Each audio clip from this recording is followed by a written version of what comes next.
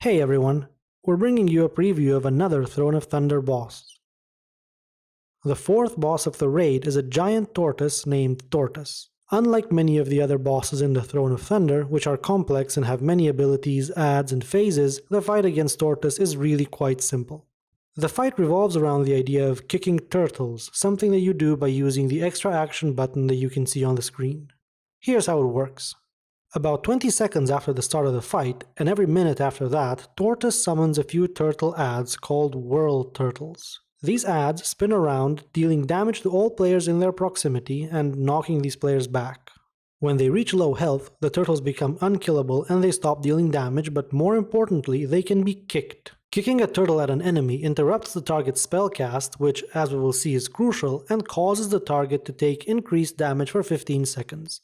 Throughout the fight, you will need to kick turtles at the boss to interrupt its Furious Stone Breath ability, which is devastatingly damaging. To kick a turtle, you need to be close to it, and you need to use your extra action button. This will kick the turtle in the direction you are facing, so you need to make sure that you're facing the boss.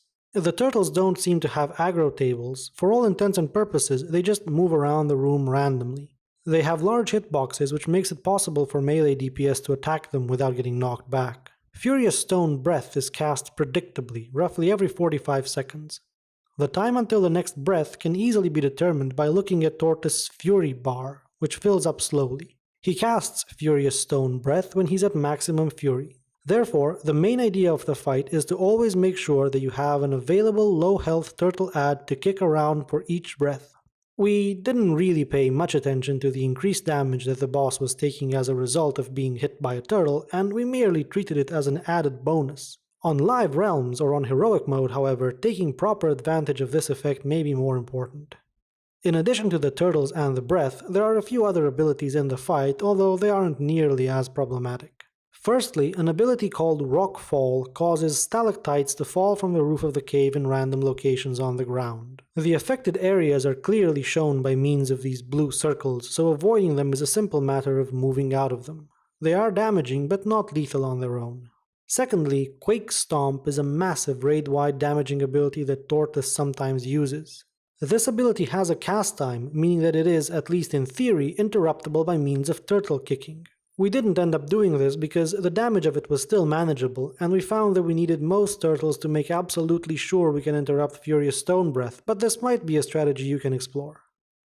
Snapping Bite is a highly damaging attack that Tortos uses against its current target, the tank, roughly every 8 seconds or so. While you can survive the damage without any external help, the use of cooldowns obviously makes it safer. At the very least, the tank should be topped off in preparation. Finally, about every 1 minute or so, another type of ad spawns called vampiric cave bats. These bats swoop down from the roof of the cave, which incidentally makes them pretty annoying to pick up for the tank, and they don't really do much. They melee, and they have a passive ability called Drain the Weak, which causes their attacks to heal them whenever they attack a target that is below 350,000 health. Since they do not actually melee for very much, keeping their tank over 350,000 health is pretty easy, so this ability wasn't problematic for us at all. Let's go over the basic strategy for this fight quickly once more. 1 tank on Tortos. 1 tank always ready to pick up the bats. DPS priority is to always kill the turtles, then the bats, then Tortos. Whenever Tortos begins casting Furious Stone Breath, kick a turtle at him to interrupt him. Don't stand in the falling rock circles. That's pretty much it. As I said, from a tactical perspective, the boss is pretty simple, and while slightly cruel, kicking turtles around was quite fun.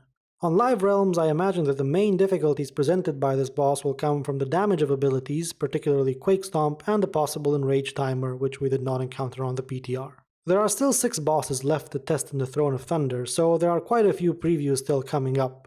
Although I probably don't need to do so, I will remind you that this isn't a guide to killing Tortos, although it can easily serve that purpose, but rather just a first look.